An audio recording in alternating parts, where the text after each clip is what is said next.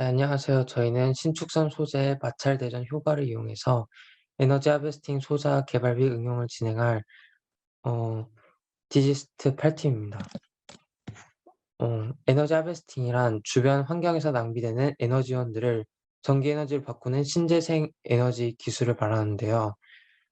기존의 화석 연료를 대체하여 에너지 수급이 가능하고 지속 가능한 에너지를 얻을 수 있다는 점, 또 버려지는 에너지를 이용하기 때문에 대규모의 비용을 필요로 하는 발전소와 달리 비용 소모가 거의 없다는 점, 그리고 오염 배출이 없는 친환경 에너지라는 점 등에서 에너지 하베스팅 연구의 필요성이 대두되었습니다. 에너지 하베스팅 기술은 총 7가지로 나뉘곤 하는데요. 신체 에너지 하베스팅이란 사람 몸에서 사람 몸의 온도를 이용해서 외부 기계와의 온도차를 이용하여 작은 움직임들을 전기 에너지로 변환하여 공급하는 방식입니다. 진동 에너지 하베스팅은 대형 회전기나 구조물을 통해서 만들어지는 진동이나 충격을 전기 에너지로 전환시키는 방법이고, 중력 에너지 하베스팅이란 일정한 압력을 가했을 때 전류가 생기는 압전 효과를 이용합니다. 등 여러 어느 에너지를 사용하느냐에 따라서 하베스팅 종류가 나눠지게 됩니다. 마찰 대전 효과란 두 물체가 접촉한 후 분리되었을 때 표면이 각각 양전화, 음전화로 대전된 현상을 말하는데요. 실생활에서 쉽게 벌어지는 마찰 대전 효과에 의한 역학적 에너지를 잘 수확하게 된다면 이 역시 에너지 하베스팅 기술이라고 부를 수 있습니다. 이 마찰 대전을 임의로 일으켜서 발전기를 만들 수 있는데, 마찰 발 발 마찰 대전 효과로 각 물체에 형성된 전하가 흐르면서 전류를 발생시키게 됩니다. 마찰 대전 효과는 도체와 도체 사이에서 일어나느냐, 도체와 부도체 사이에서 일어나느냐, 부도체와 부도체 사이에서 일어나느냐에 따라서 나뉘는데요. 도체와 도체 사이에서 일어나는 마찰 대전은 보면 고체 표면의 전자 하나를 떼어내는 데 필요한 에너지를 일함수라고 했을 때, 일함수가 작은 물질의 전자가 큰 물질로 이동하면서 발생하게 됩니다. 그러면 도체와 부도체 사이에서는 마찰열과 표면 전위에 의해서 특정 에너지 레벨로 전자가 이동하며 발생하는데요. 대표적인 쇼트키 모델에서는 마찰하는 두 물체가 에너지 존재하고, 또 각 에너지 레벨에 존재하는 전자의 수가 볼트만 분포를 따른다고 가정을 했었을 때 그 전력이 앞서 말한 분포의 제곱에 비례한다는 모델입니다. 부도체와 부도체 사이에서 발생하는 마찰 대전은 쉽게 이온화가 되느냐 안 되느냐에 따라서 나뉘는데요. 쉽게 이온화가 되는 물질은 이온이 물질 사이에서 이동하며 발생하고, 이온화되지 않는 물질은 공기의 수분이 H+OH- 로 분리되어 전달됩니다.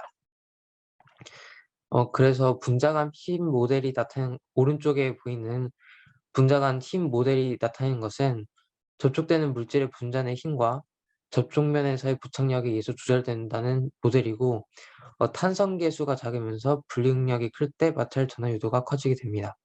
즉, 표면에 부착되는 정도와 응집 에너지가 작을수록 큰 마찰 대전이 일어난다는 이론입니다.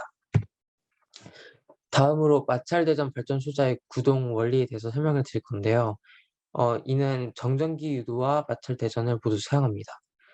정전기 유도는 한 물체의 대전체가 가까워지면서 대전체와 물체의 전하가 유도되는 현상이고, 마찰 대전이란 두 물질 사이에서 발생한 마찰 에너지에 의해서 발생한 현상입니다.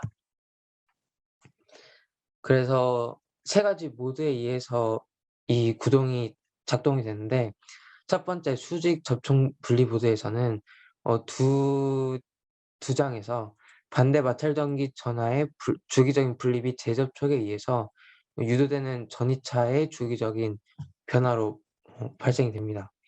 두 번째 측면 슬라이드 보드는 두 장의 중합체가 포개진 상황에서 하나의 중합체가 밀리면 불균형이 발생하고, 이를 해결하기 위해 전자가 흐르면서 발생합니다.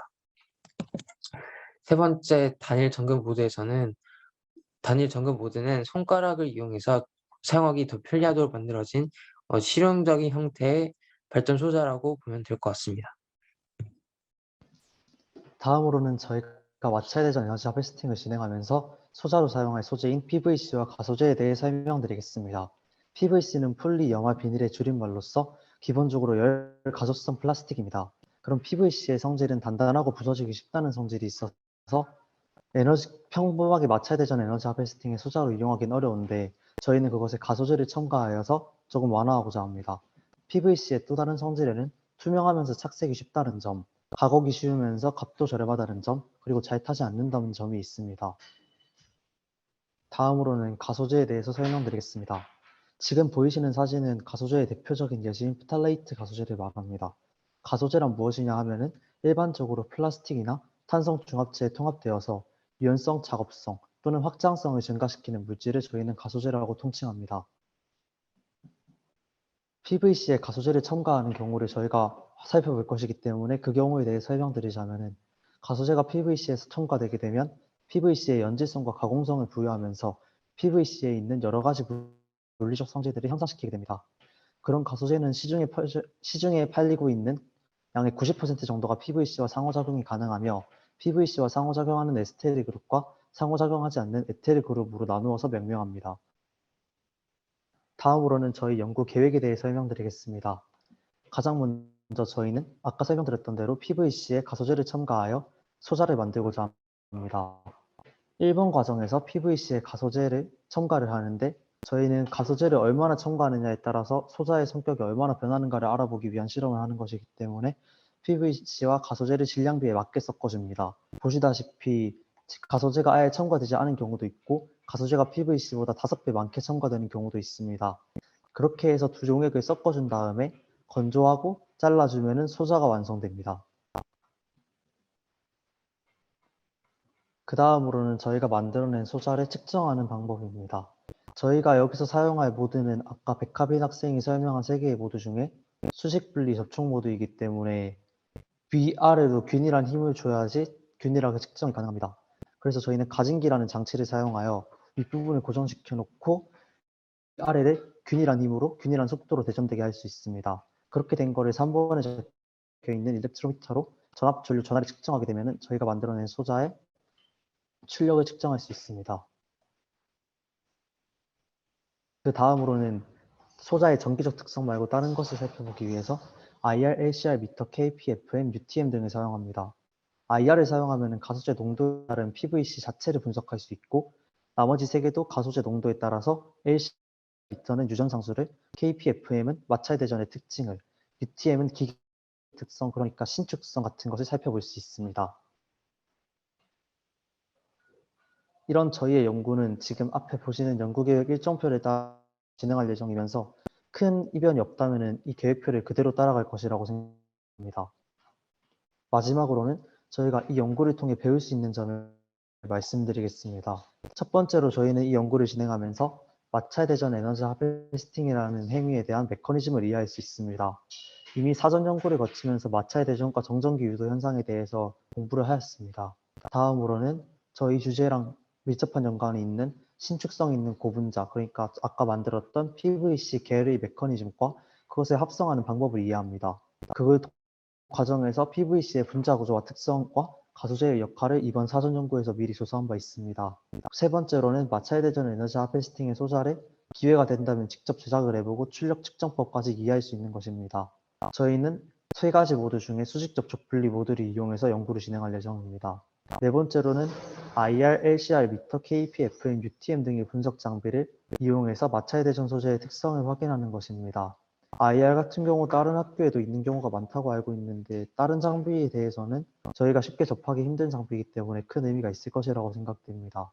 마지막으로는 저희가 이렇게 연구를 진행해 나가던 도중 저희가 아이디어가 떠오르면 서로 얘기를 하면서 신축성 있는 고출력 마찰대전 수자를 만들어내고 그에 대한 응용 방안을 생각하는 것이 저희가 배울 수 있는 점이며 저희의 목표입니다. 이상으로 연구 발표를 마치겠습니다. 경청해 주셔서 감사합니다.